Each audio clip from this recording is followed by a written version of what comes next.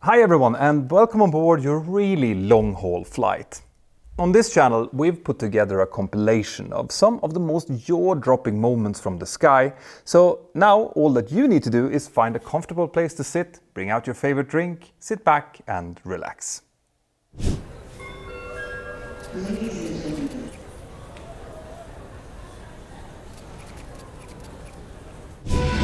Aircraft accidents are always caused by a combination of several factors, and the thing that gets the sequence rolling is often something simple and mundane. But this is the first time I've ever come across a single letter kicking it off. Stay tuned.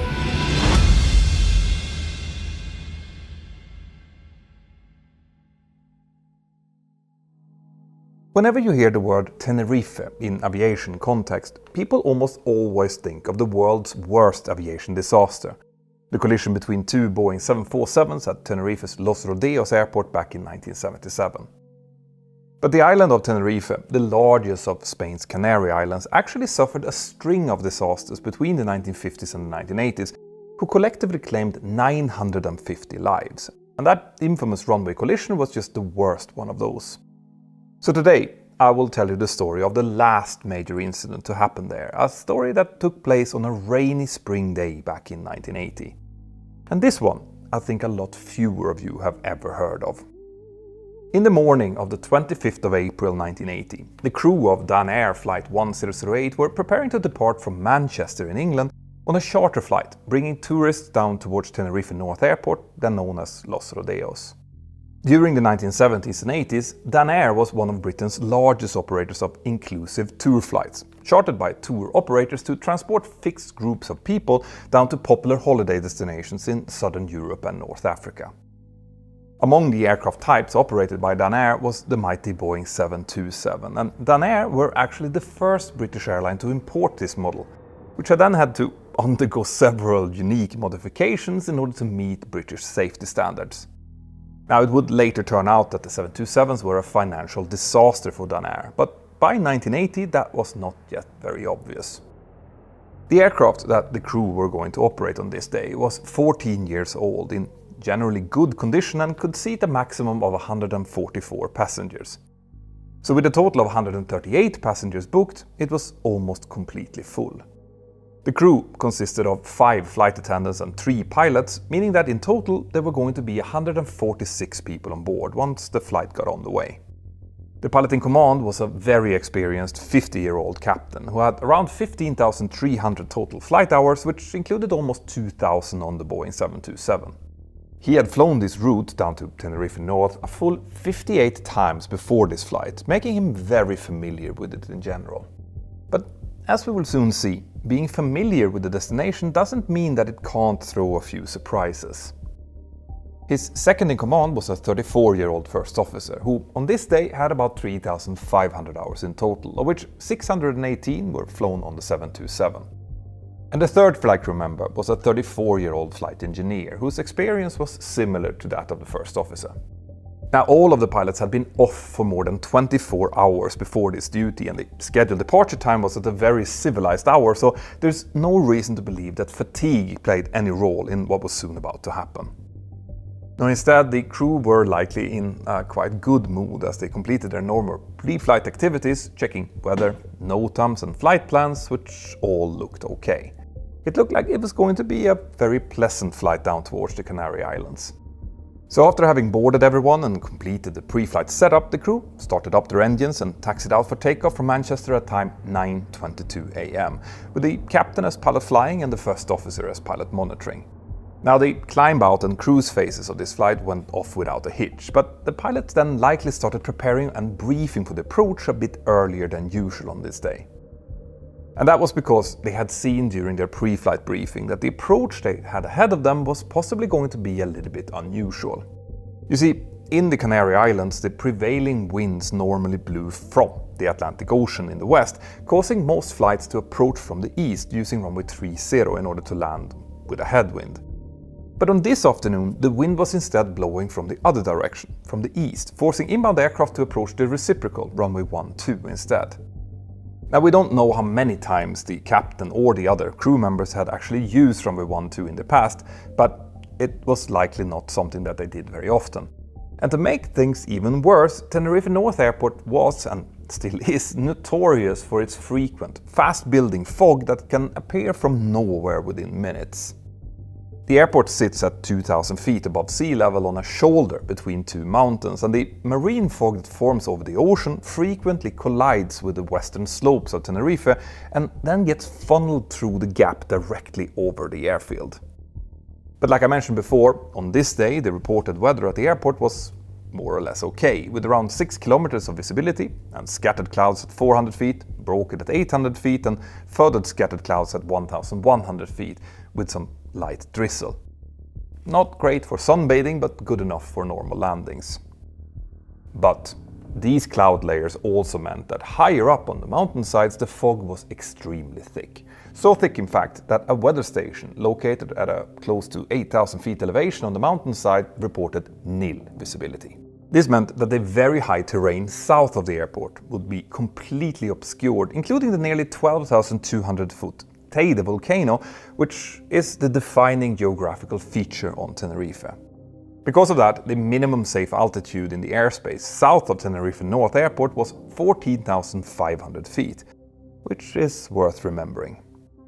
Anyway, as the flight neared the Canary Islands, the first officer made contact with the Las Palmas Area Control Center, who soon cleared them to descend down to 11,000 feet. The first officer read this back and the crew initiated the descent, and after they reached that altitude they contacted the Tenerife North approach controller and reported that they were now 14 nautical miles away from the Tango Foxtrot November VOR beacon and that they were ready to receive their approach instructions. Now, before we continue here, it's probably worth explaining a bit more about the different approach aids that the crew were now going to use, as well as their procedures. A VOR beacon, where VOR stands for Very High Frequency Omnidirectional Range, is a type of radio navigation beacon that was very widely used in the days before GPS and is actually still quite common, especially here in Europe. These VORs emit signals that are modulated differently depending on the direction of the emission, which allow the VOR receivers on board aircraft to determine the precise magnetic bearing from the VOR to the aircraft. This enables the pilots to navigate using imaginary lines, or radials, defined by a particular bearing from the beacon. So, for example, the 270-degree radial from the VOR points due west, and so on. A lot of airports have VORs installed to help pilots locate the airport before starting to maneuver for the approach. And it can also be used to align the aircraft with the runway as an approach aid if an instrument landing system, ILS, is not available. But in this case, the Tango Foxtrot November VOR was not actually located at the airport. Instead, it was sitting on a hilltop a few miles northeast of the airport in order to maximize its detectable range.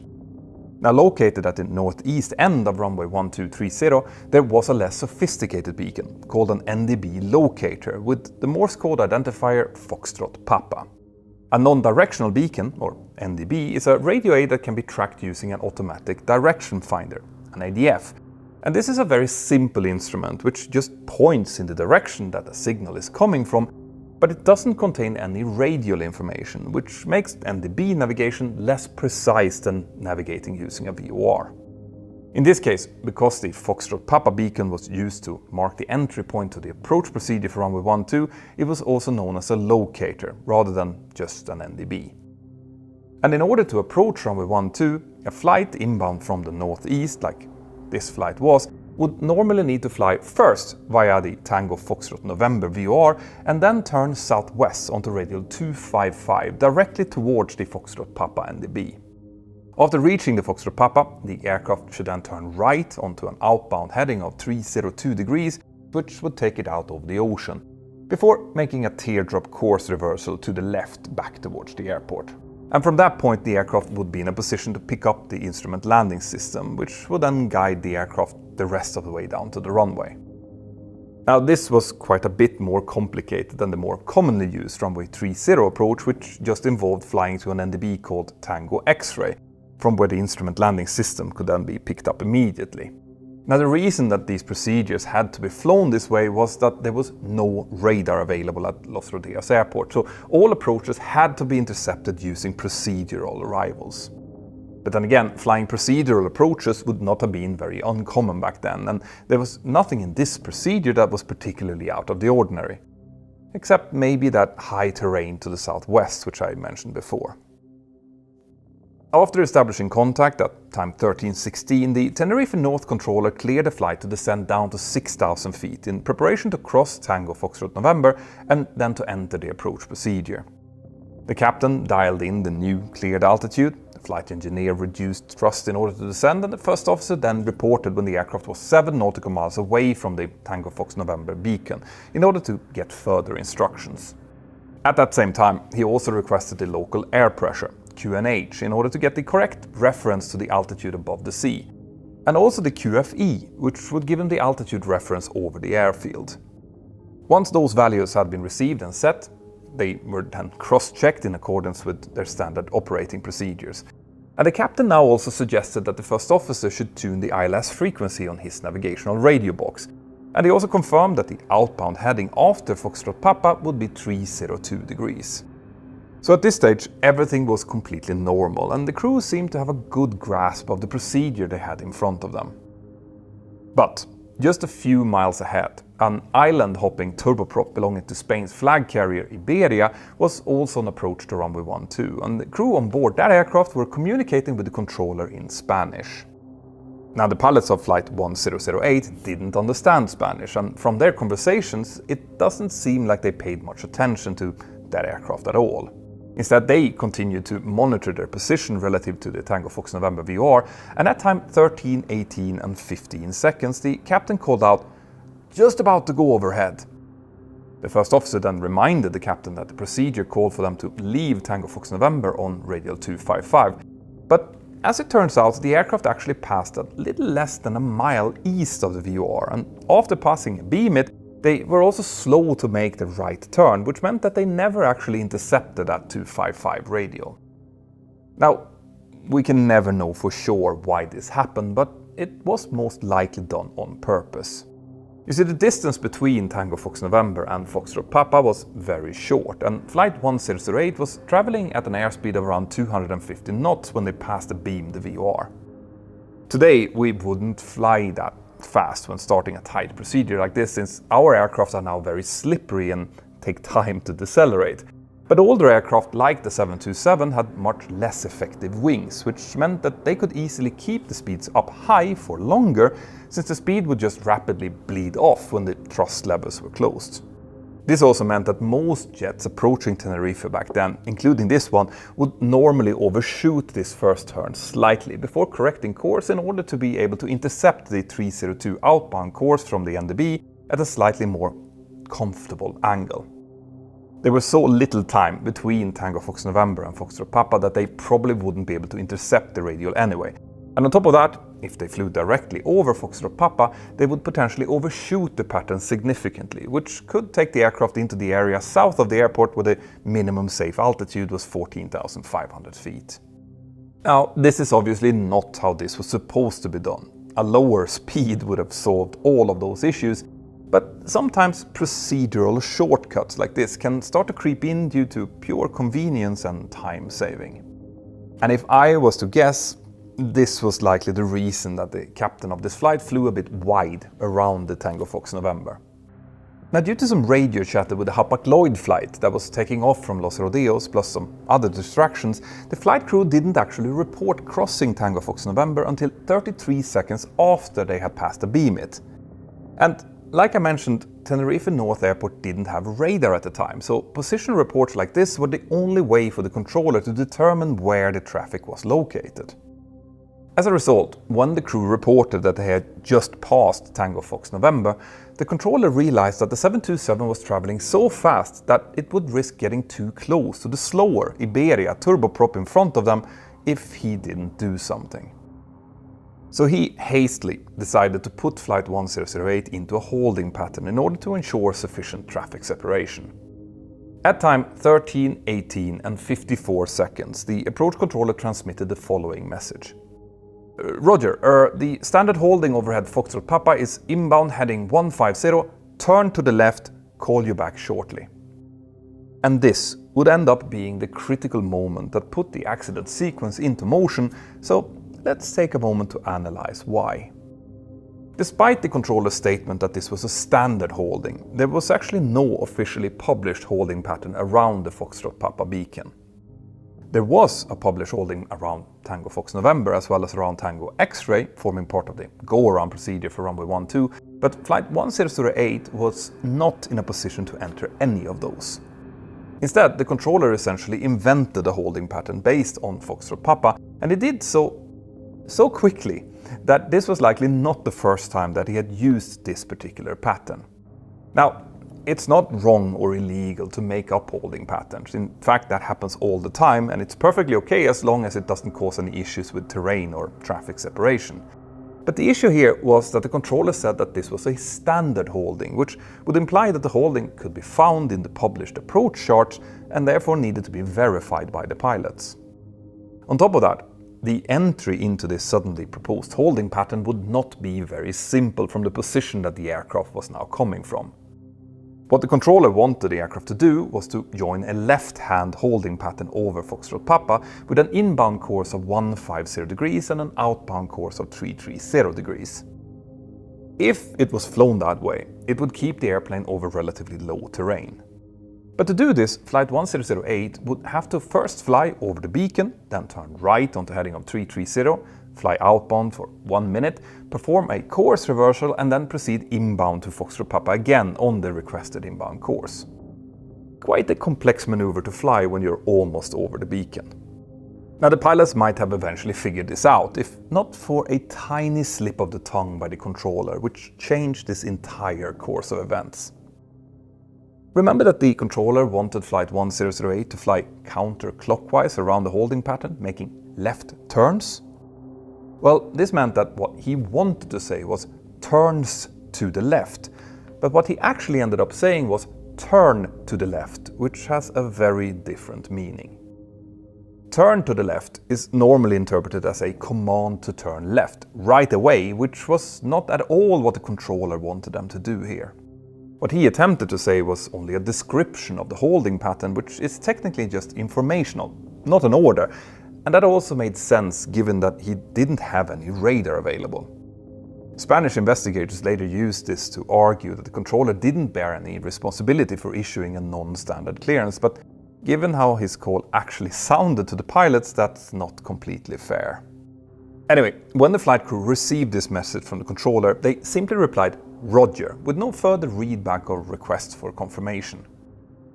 They might have thought at first that they understood what he said, but within 10 seconds the captain realized that he wasn't able to picture what the controller was asking from him, so he said, "That's an odd sort of one, the runway." He then interrupted himself with a confirmation that they had 1,000 feet to go to their cleared altitude of 6,000 feet, and after that the first officer said, "No, I'm not, suppose it's all right?" The captain continued with, "I'll just turn straight round to the left onto 150 when I go overhead then," to which the first officer seemed to agree. Now, this shows that the captain clearly believed that he had been told to turn left onto heading 150 after crossing Foxtrot Papa, which again was not at all what the controller had intended. A command to turn to the left was completely incompatible with an instruction to fly a holding pattern inbound on 150 degrees to Foxtrot Papa, since, like what I said earlier, that would require a right turn followed by a course reversal. So in the captain's mind, the instructions didn't make sense, but he had been able to pick out two elements in the message which seemed clear to him: 150 and turn to the left. So with Foxtrot Papa now coming up in less than 1 minute, he didn't have a lot of time to figure it out. In a stressful situation, without fully comprehending what the controller had said, he accepted that the best thing to do was just to execute the part of the clearance that he understood, and then try to figure out the rest later. In hindsight, it's easy to say that he shouldn't have acted on an incomplete understanding of those instructions, but in that moment, with the sudden time pressure and the added workload of the sudden holding clearance, it would have been a lot harder to think with that kind of clarity. And it is also worth remembering that this all happened in a 727 cockpit with no fancy navigation displays, only dials. Besides, the CVR transcript suggests that both the first officer and the flight engineer were looking at the charts when this all happened, likely searching for that standard holding in order to be able to verify it. And the first officer had said, "I suppose it's all right," which might have reinforced the captain's belief that he had understood the clearance correctly. Anyway, seconds later, having made his decision on how to fly, the captain focused his attention on the rapid approach of the Foxtrot Papa NDB. He said, "The only this is, we're just about to miss it. It's too close." At this point, the captain and first officer also agreed to tune both automatic direction finders to the frequency of the Foxtrot Papa so that they could track it more easily during the holding pattern. And finally, at time 13, 19 and 46 seconds, they passed a beam Foxtrot Papa slightly to the southeast, and the captain called it out. This prompted the first officer to report the waypoint passage to the controller, and he also confirmed that they were now taking up the hold. But in reality, they actually kept flying straight ahead for another about 20 seconds, covering around 2 nautical miles before beginning the left turn. Now, the reason for this delay isn't really known, but it might have been because the pilots were still trying to wrap their heads around the maneuver that they now had ahead of them. In fact, a few seconds before they began that left turn, the first officer said, "Bloody strange hold, isn't it?" which indicates that he was still mentally focused on the confusing instructions. In response to that, the captain said, "Yeah, it isn't parallel with the runway or anything." Now, I just want to stop here and drive home what is probably one of the most important points of this whole video. If something seems strange with the clearance and you get that pit in the stomach feeling that something just isn't right, always speak up and ask for further clarification. This goes for all walks of life and all industries, but especially if you're flying an aircraft. It's always better to ask 1 times too many than 1 times too few, and I want every one of you out there to remember that. This, by the way, is also exactly the kind of discussions that I'm having regularly on my Zoom Hangouts with my Patreon crew, and I hope to see you there as well next time. Just go to patreon.com/join/mentorpilot if you think that sounds interesting. Anyway, at this point, what the flight crew didn't yet know was that by overshooting Foxtrot Papa and then turning left onto a heading of 150 degrees, they were now on a track to overfly the northern shoulder of La Esperanza, a sub-peak along the island's central volcanic ridge that stretched north from El Teide. The terrain directly beneath their projected flight path actually didn't exceed 5,000 feet, but it did lie within the sector where the minimum safe altitude was 14,500 feet. So strictly speaking, since they weren't flying a published procedure, maneuvering at only 6,000 feet would have been prohibited in this area. The final report would later place some blame on the flight crew for flying into this area without being aware of the applicable MSA, but it seems likely that at this point they were still thinking that they were flying an official procedure, even though they couldn't find it on their charts.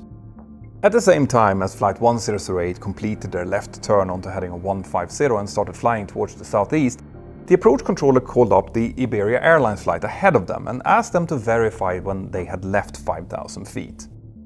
Only seconds later, the pilot of that aircraft replied that 5,000 feet was now free and that they were in the middle of the procedure turn to intercept the ILS.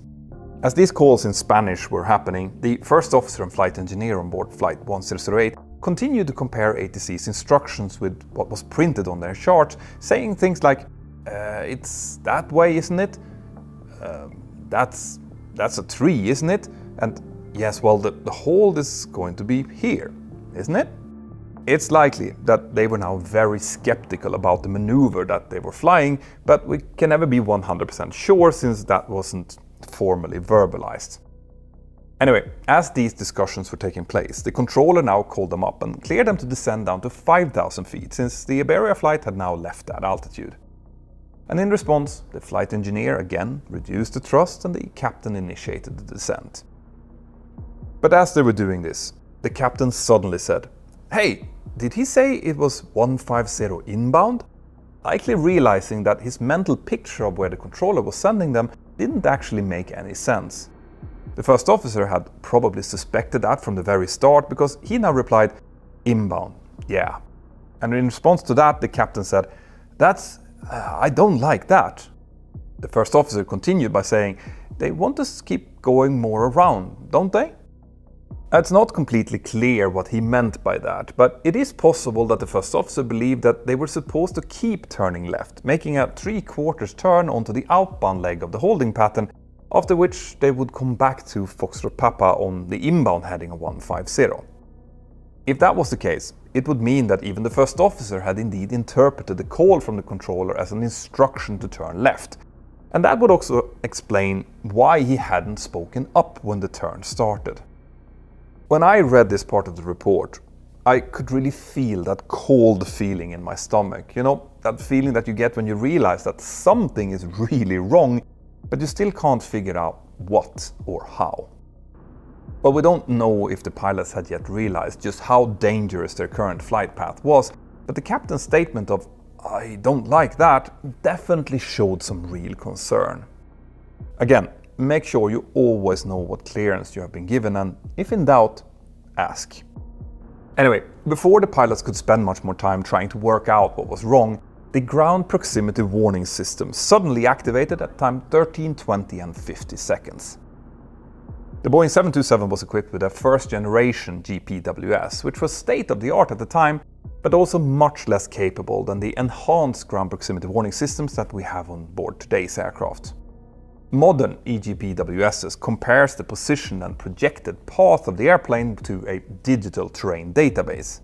But the original GPSs could only look at the terrain directly beneath the aircraft using its radio altimeter. If the closure rate with the terrain was too high, it would then issue sink rate or pull up warnings. But if the terrain ahead of the aircraft was rising steeply, the system wouldn't know that, so these warnings could still come too late. In this case, the airplane was now passing over the northern shoulder of the central volcanic ridge while in descent, and that resulted in a rate of terrain closure greater than 6,000 feet per minute, triggering the warning envelope. But the maximum height of the ridge ahead of them was actually less than their current altitude, so in their present trajectory they were not in any danger of striking the terrain. But of course the pilots, who had now lost their position, situational awareness, and were still flying inside of the clouds, had no way of knowing this. So, in response to the GPWS warning, the captain immediately announced, "Okay, overshoot," which is an old British term for go around. As the flight engineer advanced the thrust levers to the takeoff go-around thrust, the captain also halted their left turn and added, "He's taking us around to the high ground." And after stating that, he continued rolling right onto a steeper and steeper right-hand turn.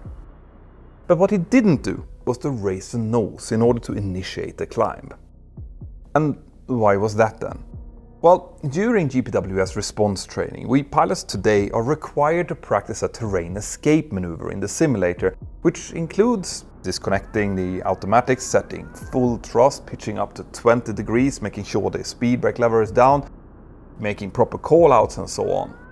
This maneuver is drilled into everyone flying today in order to make sure that the response to a hard GPWS warning is immediately executed from memory and without questions. As it turns out, the captain and the flight engineer had also undergone some type of GPWS training back in 1978, and Danair did have a procedure for GPWS response, but back in those days GPWS was a very new technology, and there is a possibility that the training had been only theoretical. So we don't know exactly what was going through the captain's head, but based on his statement that he's taking us around to the high ground, he probably believed that the controller's instruction to turn left was faulty, and that the controller had told them to turn towards an unsafe direction. Believing that the GPWS warning occurred because they were turning left towards high terrain, the captain may have reasoned that the best way to escape the situation was to turn to the right instead. So without having practiced the maneuver in the simulator, the captain's immediate reaction was to turn rather than to climb, which sadly would seal their fate. Because as the right turn now continued, the aircraft passed over the top of the ridge and then over a valley, causing the radio altitude to increase, which silenced the GPWS warning 10 seconds after it had started. The captain commented, "Watch my EPRs," referring to the engine pressure ratio or EPR, essentially ensuring that the flight engineer maintained toga thrust and didn't overboost the engines. But it also now seems like the first officer wasn't convinced that they were now taking the right course of action. So he called out, "I suggest a heading of 122 actually, and take us through the overshoot." A heading of 122 degrees was the heading prescribed by the official runway 12 missed approach procedure, which would take them east over the ocean, so this was a pretty sensible suggestion. But 122 degrees was also to the left of their current heading, which contradicted the captain's assumption that their left turn was what had caused the GPWS warning. As a result, he just continued turning right, past due south and then all the way around to the southwest, directly towards the 5,700 foot high summit of La Esperanza. Tragically, they might still have cleared the summit if they had just maintained altitude or climbed following the terrain escape maneuver. But due to the high bank angle they were now using, the plane actually lost lift during the maneuver, causing a slight descent instead. Still flying over the valley, the flight engineer expressed his nervousness by commenting, "Let's get out of here." But the captain simply repeated, "He's taking us around to the high ground." Moments later, without any new GPWS warnings and believing that he had corrected the situation, the captain called up air traffic control and reported, "Dan Air 1008, we've had a ground proximity warning." This was then followed by the flight engineer calling out twice that their bank angle was now above the recommended maximum of 30 degrees. And his words were the last ones captured on the cockpit voice recorder. With the mountains shrouded in clouds, the pilots never saw the danger coming towards them, and the GPWS never had time to react to the closure rate of the steep mountain ahead.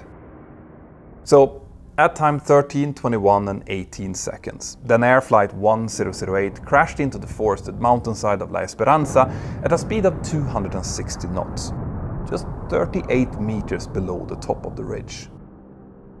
Most of the aircraft disintegrated immediately, killing everyone on board, and a large portion of the aft cabin was then thrown another 250 meters forward over the top of the ridge and then down to the other side.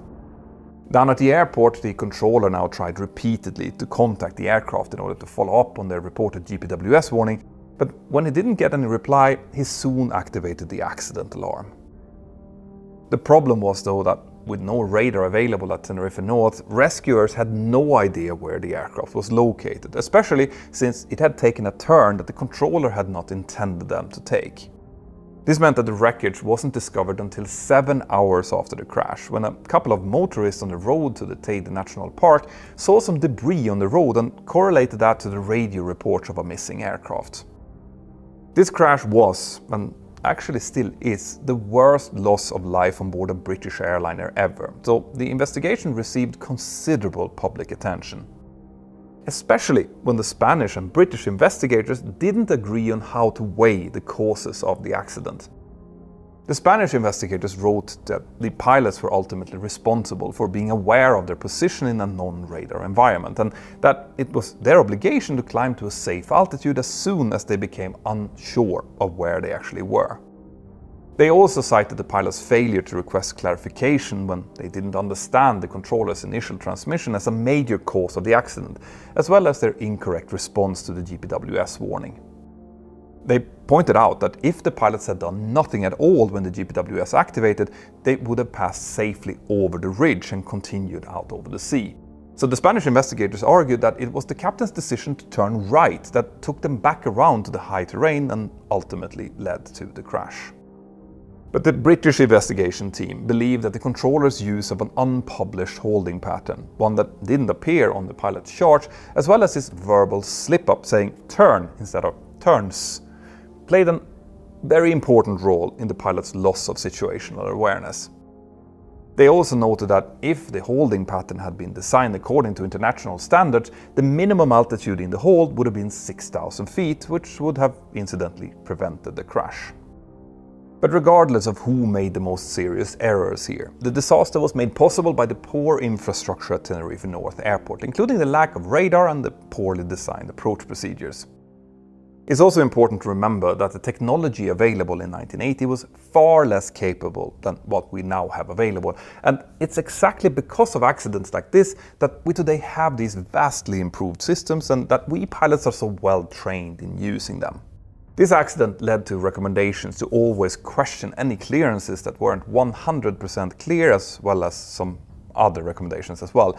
But in the long run, this accident also led to better training around GPWS maneuvers and therefore a significant increase in safety. Our current fantastic safety record proves that accidents like these today are largely preventable. But they are only preventable because of stories like this, and that's why I keep telling them.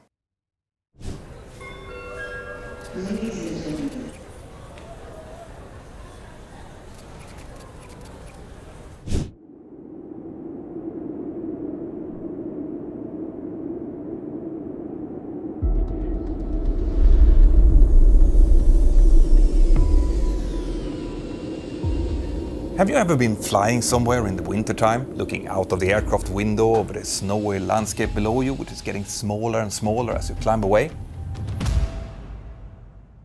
Now, picture that same view, but instead of the landscape getting smaller, it's instead rushing towards you with a rate of over 15,000 feet per minute.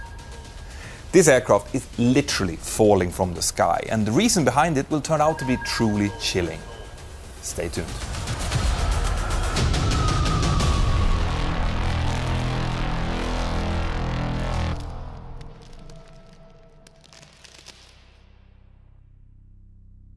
It's the 2nd of December 2021, and in the Siberian city of Magadan in northeastern Russia, it's a really cold and snowy day. An area of intense snow showers have moved in over the region, bringing with it moderate icing and turbulence, stretching all the way from the ground up to over 13,000 feet, making the life very difficult for all air traffic approaching Sokol-Magadan airport. During the snow showers, the visibility was forecasted to go down as low as 400 meters, and the snow clearing team was working hard to keep the runway open and in usable condition. At around 15 minutes past 9 in the morning, an Airbus A321 from S7 Siberian Airlines landed on runway 10 and taxied into stand 34, where it parked facing south. The passengers and crew, who were traveling from Novosibirsk, disembarked as normal, and when everyone was out, the aircraft was closed up and left on the apron. The next flight was scheduled to fly back to Novosibirsk around 1100, about 1 hour and 15 minutes later. During this time, the temperature outside varied between -10 and -12 degrees Celsius, and the snow kept falling, meaning that the aircraft was soon completely covered with a thick layer of cold powder-like snow. Now, operating in winter conditions is very demanding for pilots. Actually, it is probably the most demanding type of normal operations that we do.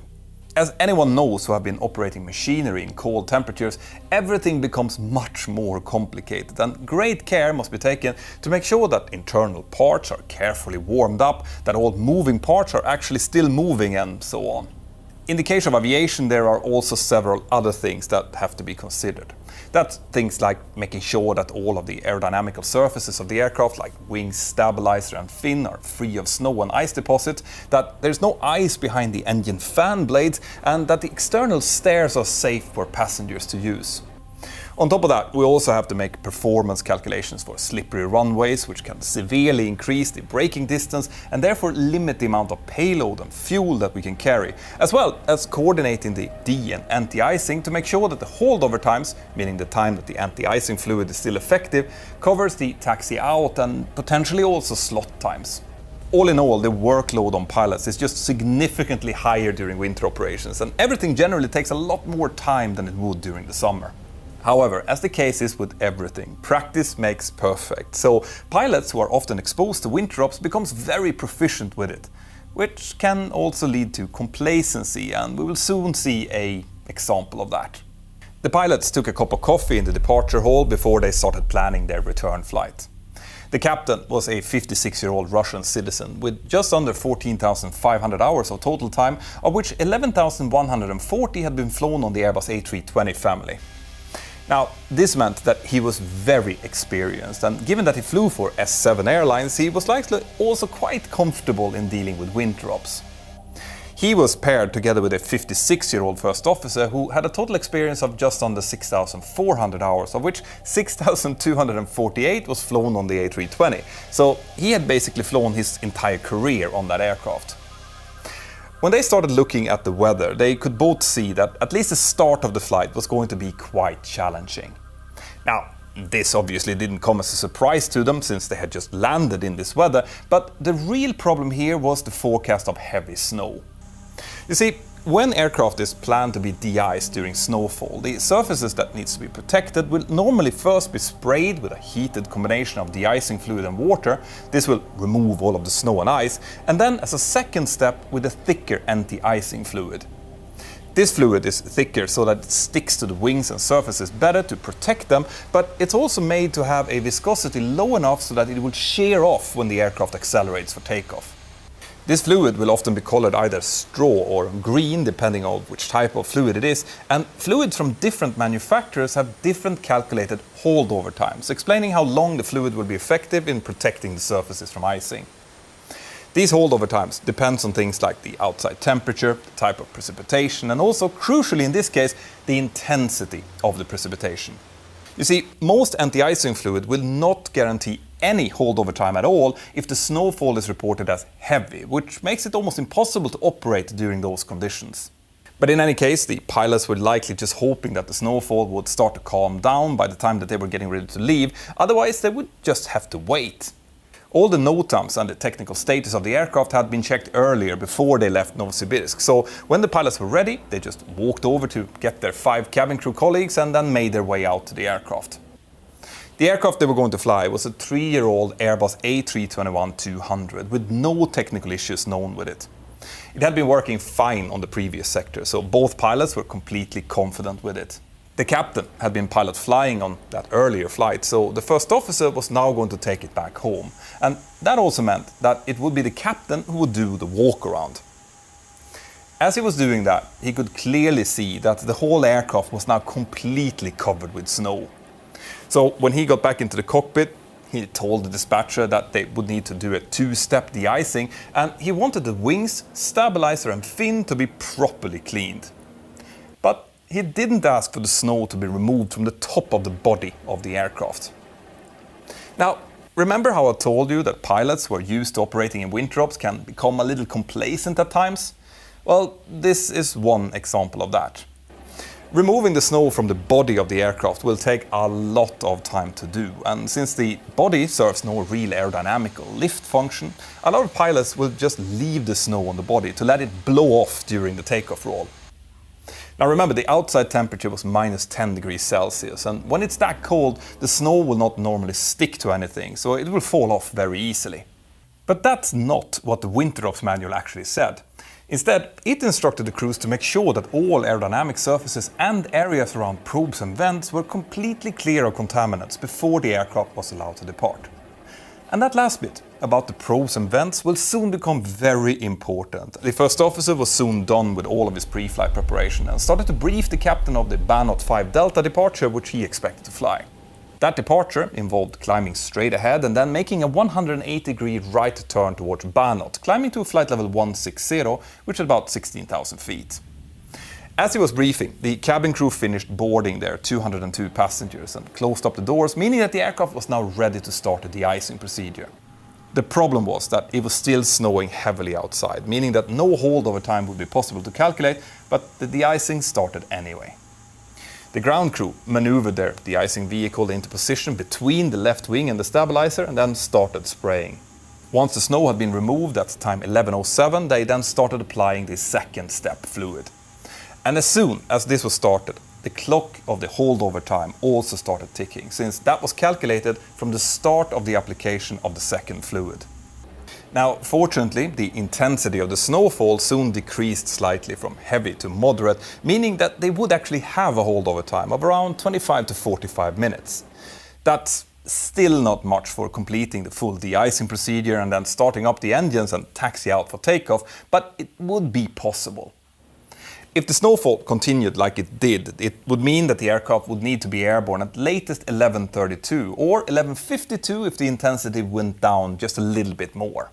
The de-icing truck moved over to the right side and finished up the procedures before finally moving away to allow the aircraft to start their engines. But they used considerably less anti-icing fluid than was recommended to complete the procedure. And also, during this whole time, the snow on top of the aircraft remained untouched, and that included a thick layer of snow lodged over and above the cockpit windows. The first officer had switched on the window heat as part of Winthrop's pre-flight procedure, and that had now slowly melted most of that snow, which had started running down the sides of the aircraft. This had been observed by the captain during his walk around, but it was not perceived as a problem. But it was. You see, on the Airbus A320, the pitot tubes, which simply speaking are used to measure the aircraft's airspeed, are situated on the lower part of the aircraft on each side of the cockpit. Around the same area, you can also find the angle of attack vanes, who measure the aircraft's angle against the oncoming air, as well as the static ports measuring the outside static pressure. All of these probes work together to feed information into 3 centralized air data modules, who then translates all of these values into computer signals, which are sent to the aircraft's air data inertial reference system. This is then combined with loads of other information and sent out to the pilot's instruments, but also to the engine control computers, the flight control computers, and basically every other system used to control the aircraft. This means that if these probes would, for whatever reason, start sending unreliable data, the built-in computers would, among other things, start to downgrade the flight control laws known as normal law, alternate and direct law. In normal law, the Airbus has access to all of its normal protections, including alpha max, which keeps the aircraft from stalling, max bank angles and overstress protections, and more of that. But if the system would start to feel several malfunctions or unreliable data from multiple sources, then normal law would drop down into alternate law, and then some of those protections would disappear. And that would lead to just the showing of yellow crosses on the pilot's primary flight displays where those limit values would have earlier been shown.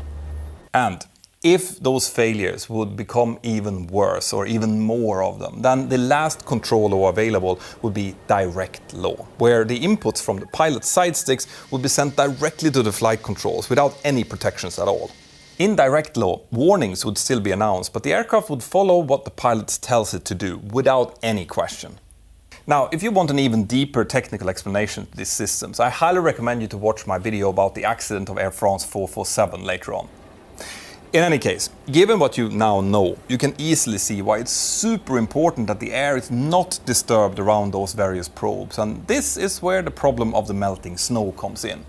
You see, the water that was now gently trickling down the aircraft sides very soon started to freeze in the extreme cold, and as it did so, ridges of clear ice started forming below the cockpit and in front of the pitot tubes. This ice formation was not noticed by the ground crew, and neither by the pilots, who were now in a hurry to get going before their holdover time would expire. At time 11:25, the first officer called up the tower and requested permission to start the engines. There would be no need for pushback since they were parked at a remote stand, and that's likely also the reason why the ground crew didn't notice this ice. You see, in normal circumstances, they would have been working with a pushback truck and headset next to the nose, but as it was now, they were only needed to give hand signals in front of the aircraft. After both engines were successfully started, the crew received their taxi clearance and started taxiing out towards the holding position for runway 10 through the falling snow. And at time 11:37, the pilots had completed all of their before takeoff procedures and were now ready for takeoff. But during that whole time that they had been taxiing out, the melting water had continued to run down the sides of their nose, creating several ice ridges all along both sides of the aircraft. Of course, the pilots had no idea about this since they couldn't see that area from the cockpit, and they were most focused on just getting the aircraft airborne before the end of their holdover time at 11:52. Now, things would start to get really and truly hairy. At time 11:38 and 25 seconds, Siberian Airlines Flight 5220 was cleared for takeoff runway 10. The tower controller gave them the wind as 060 degrees 2 knots, and with the added caution that there was severe turbulence reported in the area, as well as moderate icing and wind shears. The captain lined the aircraft up with the runway and then handed the controls over to the first officer, who advanced the thrust, stabilized the engines, and then moved the thrust levers into the toga detent. The captain had selected weather radar on his side, but couldn't see any storm returns in the departure direction, so it all looked pretty good. They were de-iced within their holdover time and with both engine and wing anti-ice working. The snow now whirled up into a white cloud behind the aircraft as it started accelerating, and just as the captain had predicted, the rest of the snow from the top of the aircraft now quickly blew off. All indications were completely normal during the takeoff roll. So the first officer rotated normally, took the aircraft into the air and then retracted the landing gear. He engaged autopilot 2 as well as the auto thrust, and at around 3,000 feet or so he also started accelerating the aircraft in order to retract the flaps. As the speed started building, the first officer then instructed the captain to retract the flaps step by step, and while they were doing this the aircraft entered into the clouds. Almost immediately they were hit by moderate turbulence, and they could also see how ice started building up on their windshield. As the flaps were retracted, the body angle and speed of the aircraft changed slightly, so that the ice ridges below their windows now started to disrupt the airflow into all three of their pitot tubes. This immediately caused all three airspeed indicators to start to differ from each other, and they were all under-indicating, meaning that the aircraft was actually flying faster than what was being shown to the pilots. This was especially true on the captain's side, where the indicated airspeed now started moving closer and closer to the stall speed. As this was happening, the internal air data modules also sensed that something was definitely off. This caused the autopilot to disconnect at the same time as the roll control dropped into direct low and the pitch into alternate low. The first officer didn't have time to react to this before a short stall was blared out, causing him to manually push the autopilot disconnect switch in order to start reacting to it. This caused the master alarm to go off, telling him that he now had manual control of the aircraft, but he kept the auto thrust engaged. Now, in normal circumstances, a stall warning should lead to an immediate approach to stall and recovery maneuver, but given the fact that the warning only lasted for about 1 second or so, and that the crew found themselves in very heavy turbulence at that point, they likely thought that this first stall warning had probably been caused by a sudden gust of turbulence, which can sometimes happen. But it did cause both of them to start looking down on their instruments, and that's when they likely realized that all three speed indicators were now showing different values. On top of that, several ECAM warnings now started popping up, so the pilots realized that they were likely dealing with a case of unreliable airspeed. Now, unreliable airspeed is a very insidious failure, as it can manifest itself in many different ways, depending on what's causing it. Sometimes only one airspeed indicator is faulty, and in that case it's pretty easy to isolate it and then continue flying on the remaining two. But if two or more indicators are faulty, it becomes a bit more complicated, as potentially all three are showing different values. In that case, they could theoretically also all show the same value, but an unrealistic one, based on the circumstances that they found themselves in. So it's really tricky. Another problem with this issue is that several warning systems, including the stall warning and overspeed, is connected to the airspeed indication.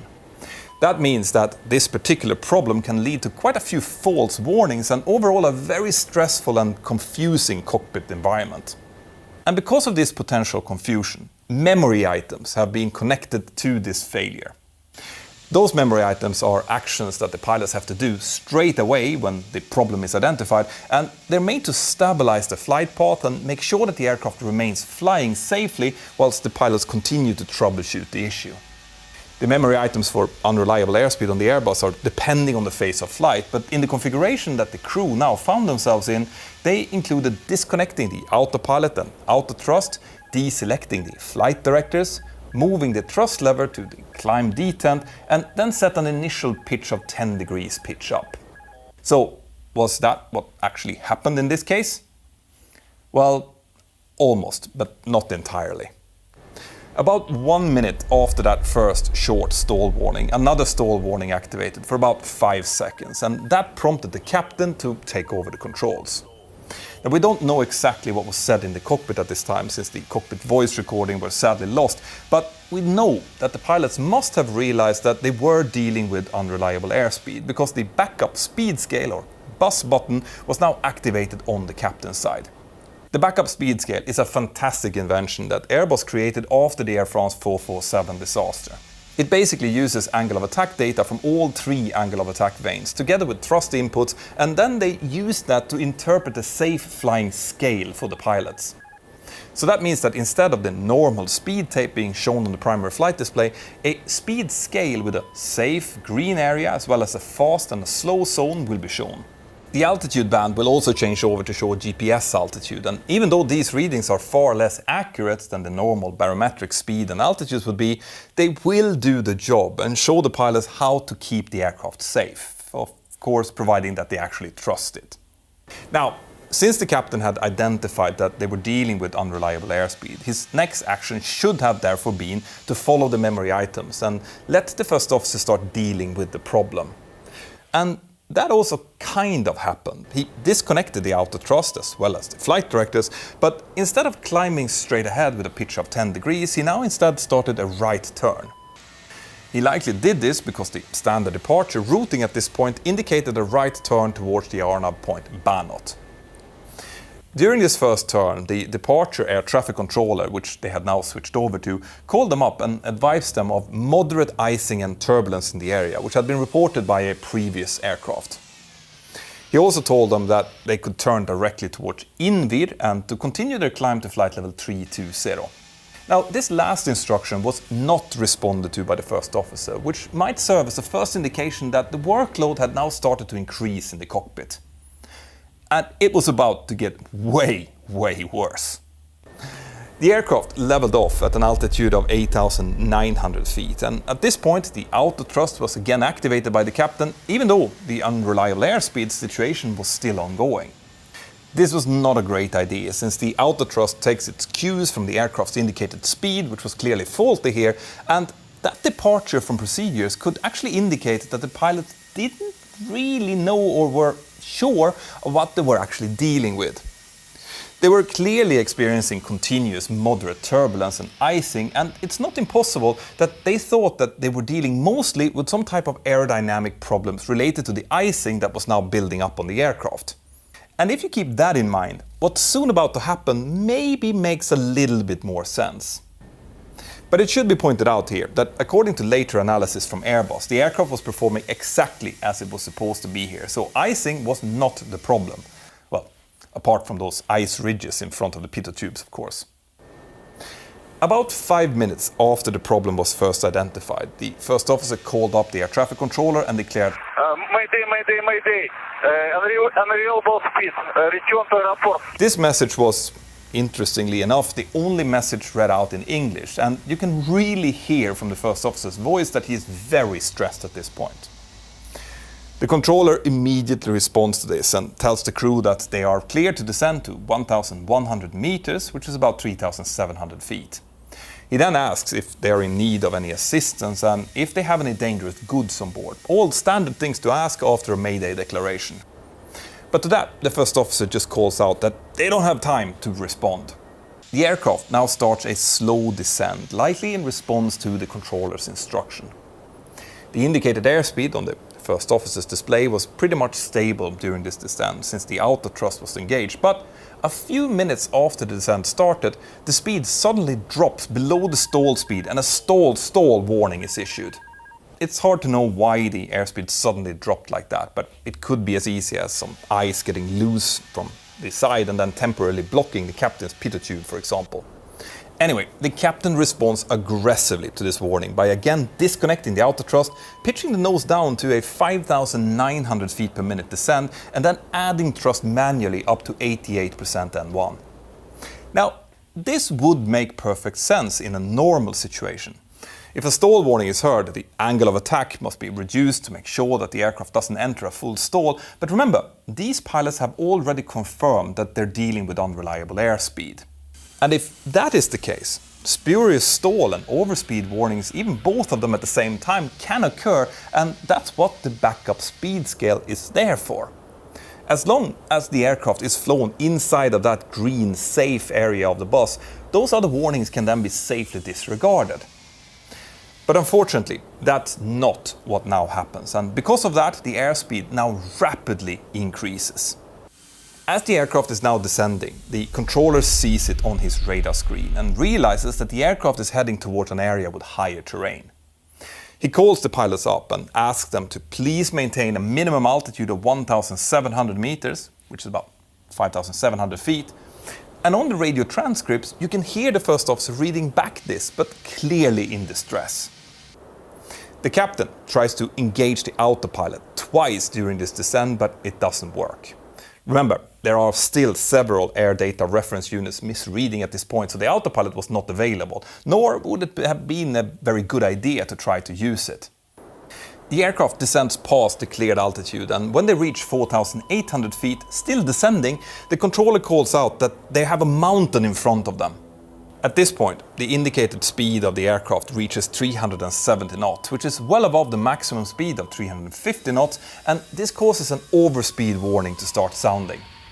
Again, the captain reacts immediately to this warning, not by reducing thrust and using speed brakes as you might think. Instead, he pulls his side stick fully back, causing a wing loading of 2G and the aircraft to start climbing like a rocket. This type of handling was only possible because the aircraft was still in alternate pitch low, so the normal protections weren't available, and he likely did this both in response to the warning and in response to the ATC call about terrain ahead. Anyway, he soon stabilizes the pitch at 15 degrees nose up, causing a vertical speed of 17,300 feet per minute, and he then keeps that pitch for the next 30 seconds or so. Here we have to speak about another really important feature of the Airbus, which is the auto trim. You see, in a Boeing, you will first of all feel all of the aerodynamic forces through your yoke, meaning that a slow aircraft will feel mushy and slow, and a fast aircraft will feel quite heavy but responsive. And that can actually be quite helpful when you're trying to determine where in an upset the aircraft actually is. Secondly, once you have manually pitched your aircraft up to a high pitch in the Boeing, you will then need to manually trim the aircraft to maintain that pitch. But in the Airbus, there's no force feedback in the side stick, so you won't feel the aerodynamic forces at all. And if you point the nose of the aircraft into a specific pitch, well then the big horizontal stabilizer in the back will automatically start trimming the aircraft to maintain that pitch for you. This is true both in normal and alternate low, but crucially not in direct low. That's worth remembering. So, what this means is that as the captain is now maintaining his side stick in the pitch up position, the stabilizer is continuously trimming to make sure that the aircraft can continue to maintain that pitch. Anyone who's been flying for a while knows that a 15-degree pitch up attitude in an airliner cannot be maintained forever. So the speed is now quickly washing off, and the aircraft starts to get closer and closer to an actual stall. 39 seconds after the climb was initiated, the indicated airspeed reached 170 knots, and the angle of attack, which is the angle of the air hitting the wings, increased to about 13 degrees. This again triggered the stall warning, but this time the warning was real. Heavy buffeting now started to shake the whole aircraft, and a strong noise could be heard in the cockpit, which likely had to do with the unusual way the air was flowing outside. At this point, the aircraft had reached an altitude of 12,900 feet, and it was still slowly climbing. The stabilizer was now moving into its maximum pitch-up angle of 11.3 degrees, as the captain again engaged the auto thrust without that making much of a difference at all. The highest altitude the aircraft reached was 13,800 feet, and at that point, the angle of attack had reached a terrifying 30 degrees. This meant that the aircraft was now in a fully developed stall and snapped over its left wing and started to fall towards the ground below. The captain reacts by giving full right side stick, likely trying to counteract that falling left wing, and at the same time he also pushes left rudder, which makes very little sense given these circumstances. In a fully developed stall, it might sometimes be close to impossible, or at least very hard to control the aircraft, because there is simply not enough air flowing over the flight controls to make them effective. But what's really strange here is that the captain doesn't seem to realize that he is in a stall.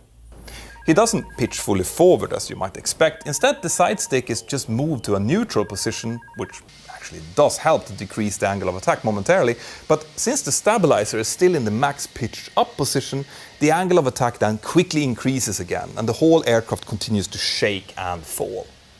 Now, like I mentioned before, it is possible that the pilots believed that all of what they were feeling, the buffeting, the unreliable airspeed, and the inability to control the aircraft, all had to do with airframe icing and the severe turbulence that they were flying through.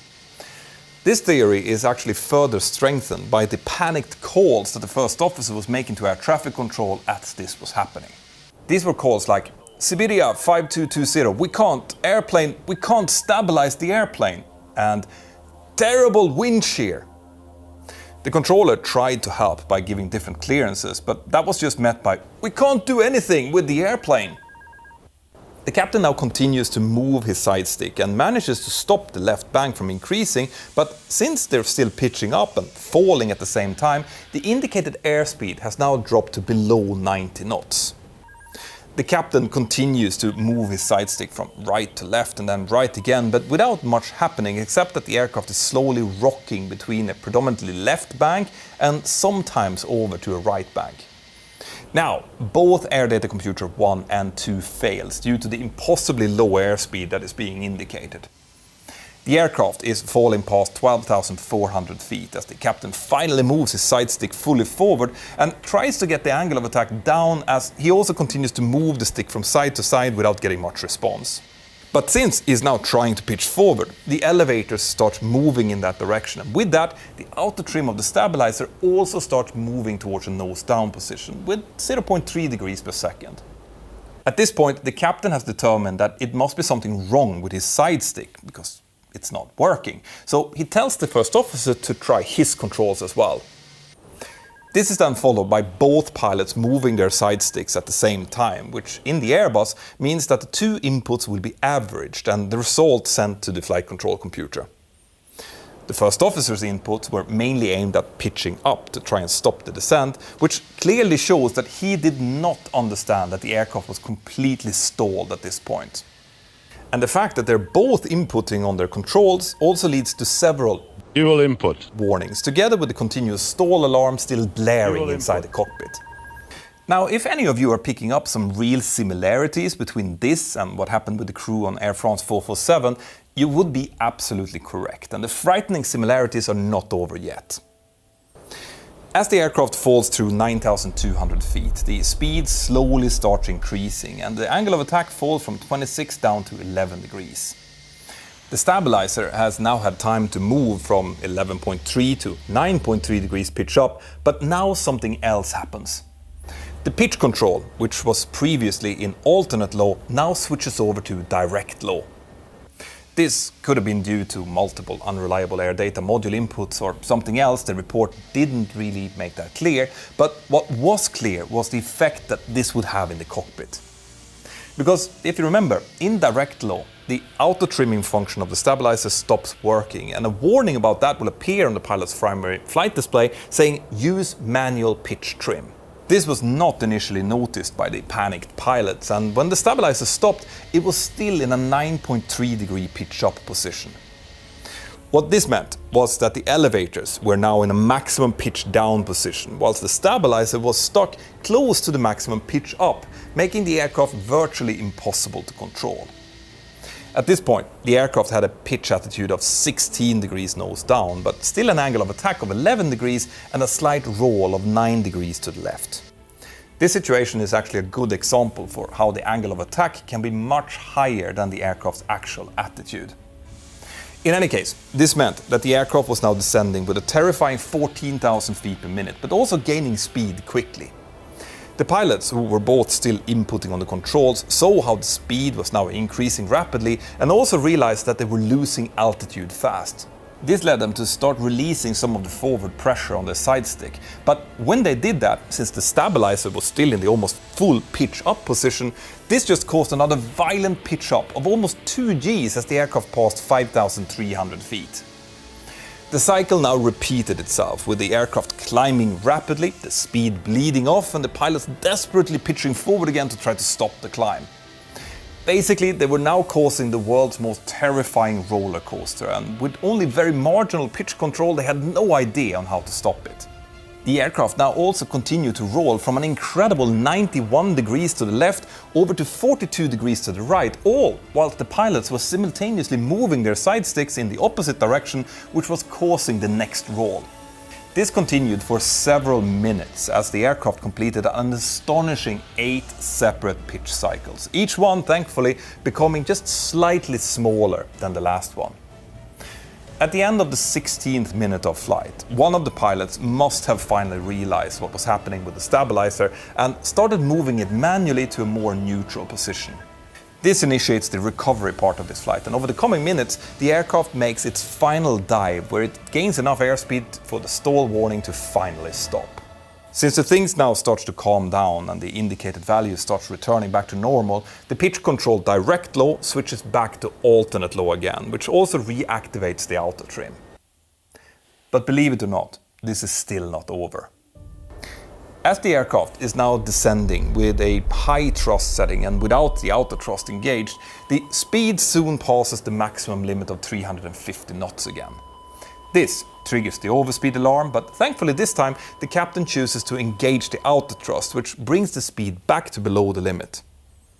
And for some reason, the deceleration that then follows seems to startle him, so he disconnects the auto thrust again, but only for a few seconds before he finally, thankfully, engages it and then leaves it on. The shaken pilots now quickly start setting up for an approach back into runway 10 in Magadan. They're cleared by the controller to start turning towards the final, but when they do, they quickly realize that they're way too high and fast to be able to do this approach. They shoot through the center line at a distance of 15 kilometers from the runway and at an altitude of 10,000 feet with a speed of 320 knots. This was clearly not going to happen, but they still managed to establish themselves on the center line, and then the controller clears them to land. A few seconds later, the first officer can be heard transmitting, "What should we do?" by mistake on the frequency, followed by a second message where he declares that they're now going around since they're not stabilized. The controller tells them to continue straight ahead and follow the missed approach procedure, but for some reason the aircraft now veers slightly to the left and starts heading towards the mountains to the north of the runway. The controller sees this and warns them and tells them to immediately climb, which they do, and they also start turning right to actually follow the missed approach procedure. This whole segment of the flight was flown without flight directors and towards the end again with manual thrust, and the outside conditions still included moderate turbulence and quite severe icing. That could be an explanation to why that happened. Anyway, after the missed approach, there was a brief discussion among the pilots about attempting a second approach. The aircraft climbed to around 12,000 feet before starting a descent down to 8,000 feet again and then reducing the speed back to around 250 knots. The unreliable airspeed seems to have largely disappeared at this point, likely because the ice ridges had been blown away to a large extent, and after a while the crew decided to not attempt a second approach due to the really bad outside conditions. Instead, at time 12:16, 34 minutes after this hellish flight began, they decided to divert to their alternate Yakutsk. The flight towards the alternate was mostly uneventful, and they were able to re-engage the flight directors again, which was likely a huge help. In the cabin, the passengers and cabin crew had luckily been wearing their seatbelts for this whole ordeal, and even though some of the overhead lockers had opened and some stuff had fallen out, there were no injuries. But as if this day wasn't bad enough, when they were finally closing in on their alternate about an hour after the diversion, they were asked by their company to instead proceed toward Irkutsk if they could. This would mean a further 2.5 hours of flight, making the total flight time almost 4.5 hours. The pilots, for some reason, still agreed to do this and proceeded to land safely in Irkutsk at 16:16 Magadan time. That's a long time to fly after a near-death experience. The investigation into this serious event found that the de-icing in Magadan had not been properly done, using less de-icing fluid than was normally needed and without removing the snow over the cockpit, which had led to the ice ridges, who later caused the unreliable airspeed. The pilots' inappropriate handling of the airspeed issue and their general over-controlling had then led to the following upset event. The recommendations were mainly aimed at improving management of de-icing and pilot training around the clean aircraft concept, and also how to deal with aircraft in alternate and direct low, especially during unreliable airspeed events. Airbus also reissued their guidance about the danger of these types of ice ridges after this event.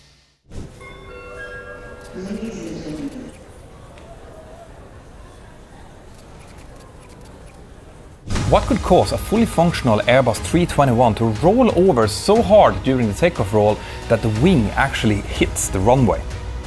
That and what happened after is what we're going to cover in today's video, so stay tuned.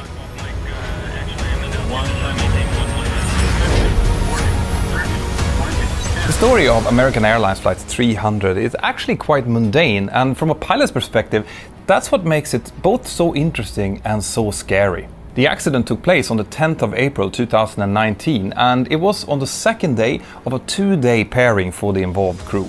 The day before, the crew had flown the red-eye flight from Los Angeles International Airport over towards JFK in New York, and they landed about 7 o'clock in the morning. After that, the crew had gone to their hotels, had taken a nap, gotten something to eat, worked out a little bit, and started getting ready for the second return flight back home to Los Angeles, which is going to take place in the evening. Both of the pilots involved reported that they felt well rested when they took the shuttle bus out towards the airport again, and they got a light snack in the terminal before they met up about 1 hour and 15 minutes prior to the flight. Both of the pilots who were flying together were really experienced. The captain was 58 years old, he had little less than 20,000 hours in total and about 3,000 hours on the Airbus 320 family, the large majority of which had been flown on the Airbus 321, which was the aircraft that they were going to fly this day. He was assisted by a 58-year-old first officer who had just over 10,000 hours of total time and about 2,000 hours on the Airbus 321. These pilots had flown together before, and they had great professional respect for each other. When they met up for their return flight back to Los Angeles, they started by greeting the cabin crew, as we always do, and then they started going through the pre-flight briefing materials, their NOTAMs, flight plans and weather. When it came to the weather, it looked absolutely perfect. It was nice en route weather. The weather at their destination and alternate was also good, as well as their departure aerodrome, where there was just a little bit of crosswind expected for their expected departure runway 31 left.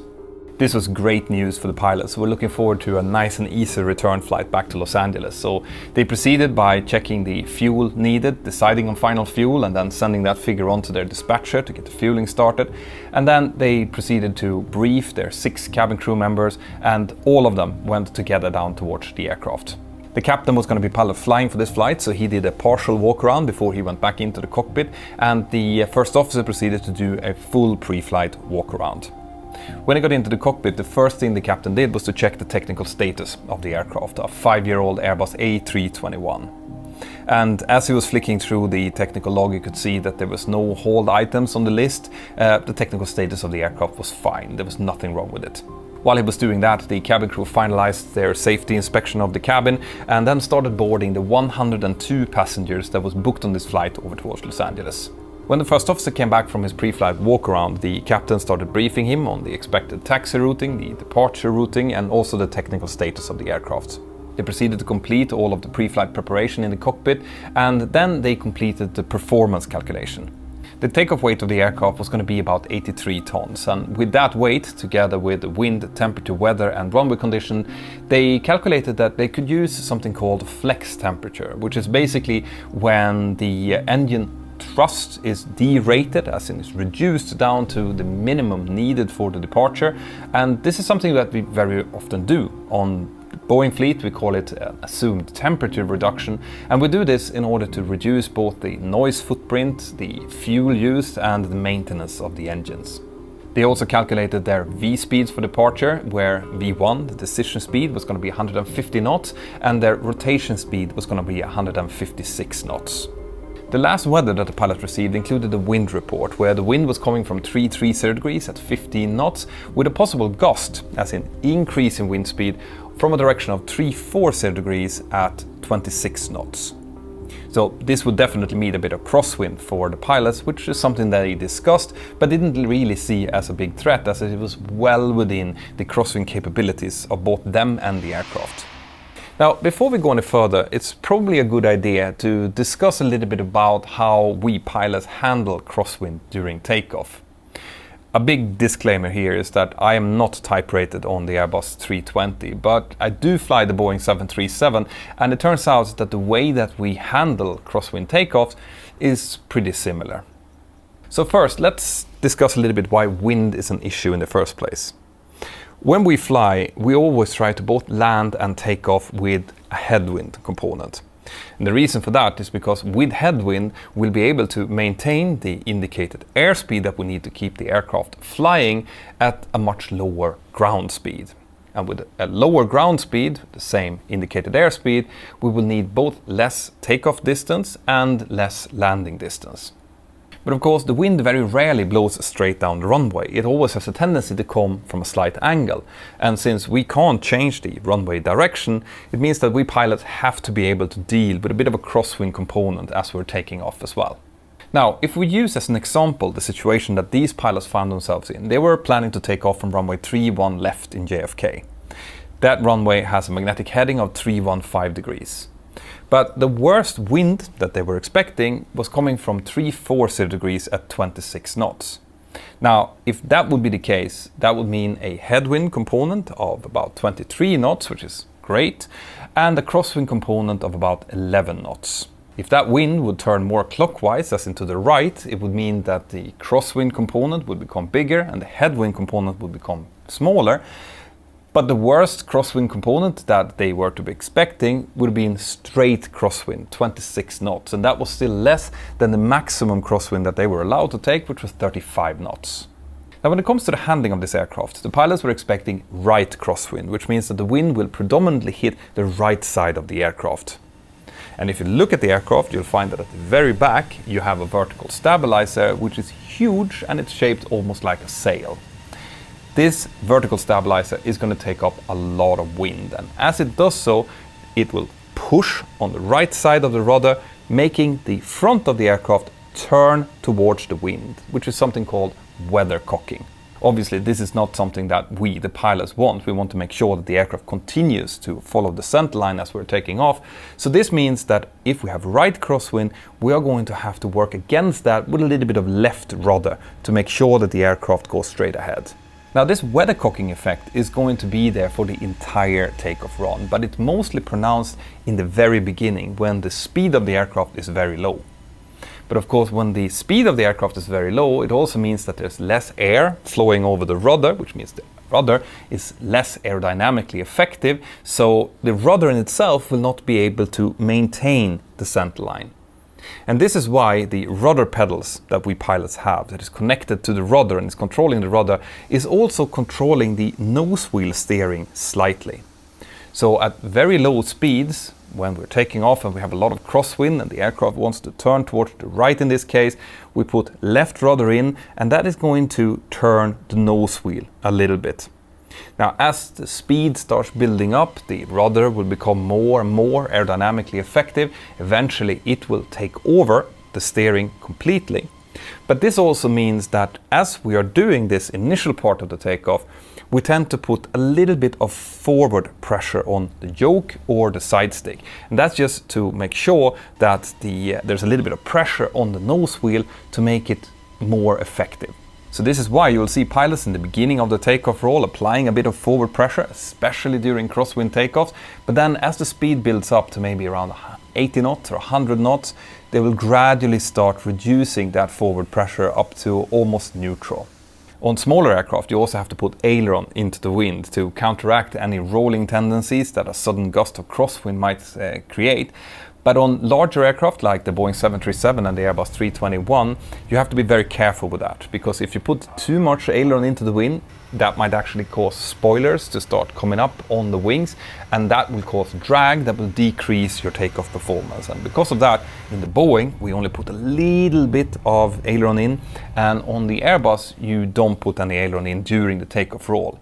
However, when you get to the rotation phase, you might have to put a bit of aileron into the wind to counteract any rolling tendencies that you have, and that will put you in a condition known as cross controls, where you're now sitting with left rudder to maintain the center line and a little bit of right aileron. And this cross controls also causes a bit of extra drag, and that reduces your tail strike margin in the back of the aircraft.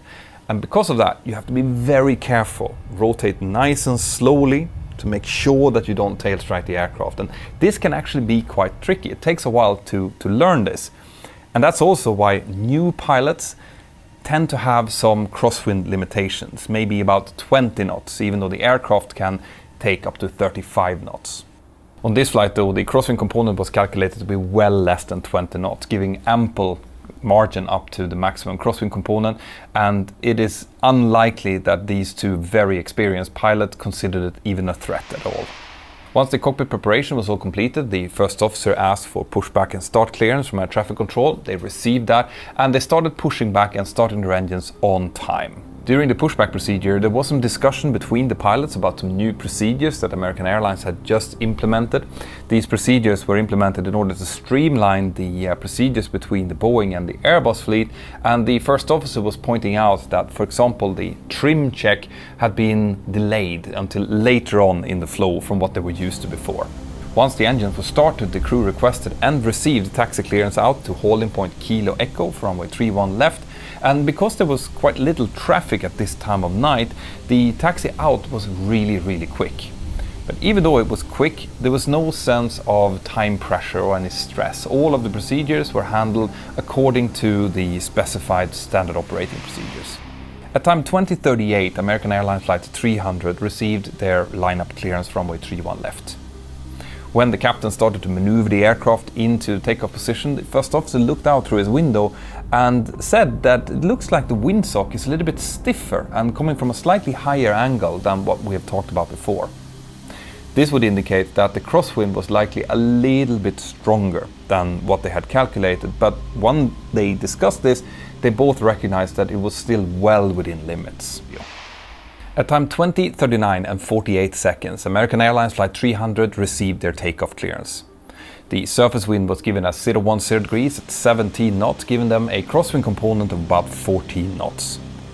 The captain started adding thrust symmetrically up to about 50% N1, and then he put the thrust levels into the flex detent. The aircraft started to accelerate down the runway, and the flight data recorder indicated that the captain early on made a slight correction with some right rudder, indicating that it probably wasn't perfectly lined up with the center line, but needed to go a little bit to the right to get back onto it. As the acceleration continued, the captain started inputting left rudder to counteract the crosswind from the right, as we were discussing before, and he later stated that it felt like he had to input more left rudder than he was used to. Flight data recorder showed that his input varied between 0 to 13 degrees of rudder input. The first officer calls out 80 knots, the captain responds with check, and at this point everything looks normal. There are no ECAM messages and no warning flags. At time 20, 40 and 30 seconds, the first officer calls out B1 and then 2 seconds later rotate. And here is where things are starting to go wrong. Because now the flight data recorder shows that the captain's left rudder input goes from about 8 degrees up to 24 degrees, which is nearly max, within a period of about 1.5 seconds. So that means that it's a gradual but very quick input of left rudder. This left rudder input causes the aircraft to start changing direction from a track of 315 degrees, which is the runway track, to a new track of 290 degrees, which is a hard turn to the left. The lateral acceleration changes from 0.11 Gs to 0.32 Gs, which means a fairly severe sideward movement. The captain, who doesn't realize what is causing this sudden yaw, looks out through the window and sees the edge of the runway come rushing against him. He realizes that he needs to get this aircraft airborne, otherwise they will run over the edge of the runway and into the marshlands beyond, so he inputs full aft side stick. As he does so, the nose wheel comes off the ground, and because they're in a rapid yaw towards the left, that causes the right wing to start moving quicker forward than the left wing, increasing the lift on that side, which is now causing a rapid roll towards the left. Now, the fly-by-wire system in the Airbus is supposed to be able to counteract any roll that is created by a yaw, but because this is happening so quickly, the computers that are supposed to do this correction does not have time, and the roll rate just keeps increasing. This means that at this point the aircraft is both turning off the runway and rolling rapidly towards the left, and the first officer, who is now looking out to see what's going on, realizes this and without even noticing inputs right aileron. He does this at the same time as the captain is also inputting full right aileron and right rudder. And this, the fact that both of the pilots are now inputting on the side sticks at the same time, induces a dual input warning in the cockpit. The captain now calls out, "I can't control it," and that just prompts the first officer to further input on his side stick. Now, when two pilots are inputting on the side stick at the same time without anyone taking priority, the computer is supposed to average out the input from both of them. But because both of them are putting full right aileron in, it doesn't make any difference at this point. The first officer feels that they're still rolling hard, and the roll attitude is now approaching 40 degrees, and they're still not airborne. The right main gear and the nose gear is in the air, but the left main gear is still touching the ground. At time 20, 40 and 36 seconds, the maximum roll rate of left 37 degrees is reached, and it's at this point that a sound indicating some kind of impact can be heard on the cockpit voice recorder. This is, however, not noticed by any of the pilots. From this point onwards, the input of right rudder and right aileron is starting to have an effect, and the roll is gradually starting to reduce. The aircraft is now pitching up 20.4 degrees, and the airspeed is about 164 knots, and now the aircraft finally takes off. As soon as that happens, the first officer calls out, "Your aircraft, your aircraft, your aircraft," indicating that he's not inputting on the side stick anymore. The captain's control inputs now start oscillating between right and left, and his pitch inputs are also varying. The first officer calls out, "I don't know what's going on," but from this point the aircraft is slowly starting to stabilize its climb out. As the aircraft is now slowly starting to gain altitude, the captain calls out, "What the hell is going on?" And the first officer responds, "I don't know, all of the engines are looking good," indicating that he thought that maybe they were suffering an engine failure, because an engine failure will have those kind of indications with a sudden yaw, but all the engines are operating as they should. The captain continues with, "It just freaking rolled on me." But from this point, they're now starting to compose themselves a little bit. The captain asks for the gear to be retracted, and they continue to climb up according to their cleared standard instrument departure. As they're now climbing out, the captain elects not to engage the autopilot because he still thinks that what they have suffered is some kind of flight control malfunction, and he doesn't want the autopilot to be engaged. He wants to make sure that the aircraft is responding to his control inputs. During the climb out, the pilots continue to discuss what had just happened in a very dense and upset conversation, and the captain even mentioned that it was like a weird electron had the rudder stuck or something.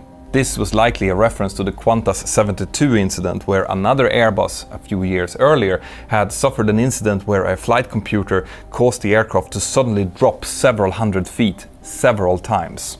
The aircraft continues to climb, but none of the pilots tells air traffic control what they have just experienced.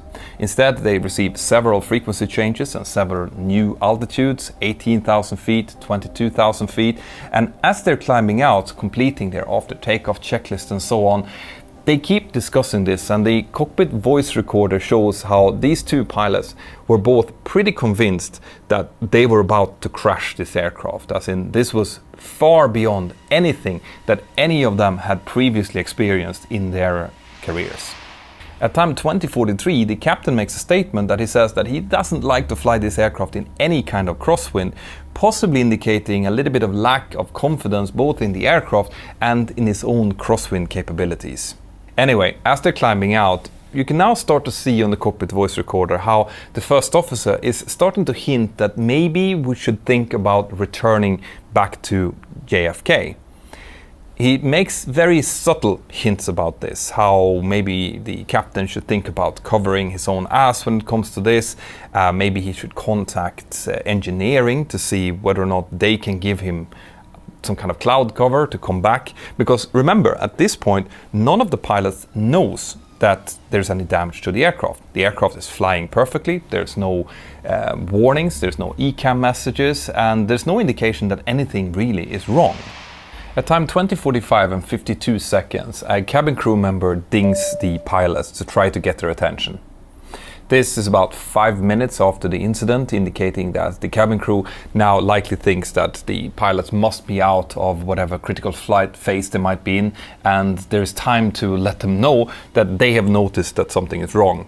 This indicates great training on behalf of the cabin crew, because they've waited just long enough in order to let the pilots do whatever they need to do, but not so long that the aircraft can climb up too high in case whatever it was that they noticed was indicative of, for example, a tail strike, which could mean structural issues with the aircraft and potential problems if the aircraft pressurizes too much. The captain answers the call and the cabin crew asks what was that, because that was really, really scary. The captain explains that they've had some kind of flight control malfunction of some sort, but that the aircraft is now fully under control and that they're evaluating what's going on.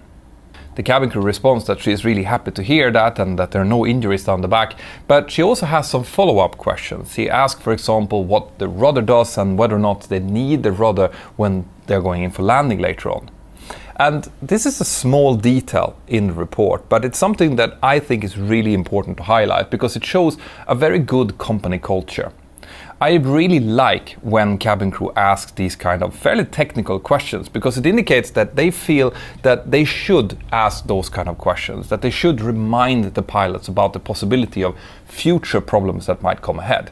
And what makes me even more happy is the way the captain responds to that question, because he commends her on it. He says, that's a great question. We are going to look at how the aircraft responds and how the flight controls respond before we go in for landing.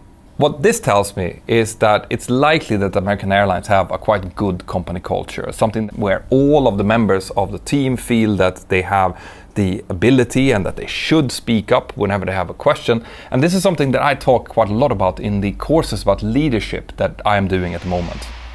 When the captain comes back from his call with the cabin crew, the aircraft is cleared to flight level 220 or 22,000 feet. He continues to discuss with the first officer, and the first officer continues to hint that maybe we should return back to JFK and land there. And it's at this point that it seems to dawn on the captain that yes, that is the logical thing to do. You know, we've experienced something very non-normal here. We should go back. But it also sows a doubt in his mind. Why didn't he think about this before? It starts to dawn on him that maybe he's actually in shock. Maybe he's not fit to continue to fly, because returning should be the first thing that he should have thought about, but it hasn't entered his mind up until this point. He's just been very shook up of the whole experience. And this points to yet another really important thing that I think that this crew is doing really well, and that is the ability to self-assess. Because what this captain is doing now is he's taking a cold, hard look at himself and he's asking, am I really fit to fly? Should I continue? Have I done the things that I was expecting of myself? And the answer to that is no.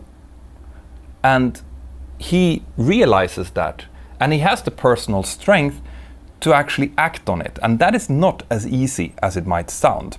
Anyway, he continues to talk to the first officer. He says that he agrees, and he asks the first officer to please start to coordinate a return clearance back towards JFK. At time 20:50 and 5 seconds, the first officer calls up New York Control and explains what happened during the departure. He also asks them to get a clearance to return back towards JFK for landing. Now, this happened about 10 minutes after their departure, and the reason that I'm pointing out that timing is because of another point that I want to highlight, and that is the importance of quick communication whenever something happens.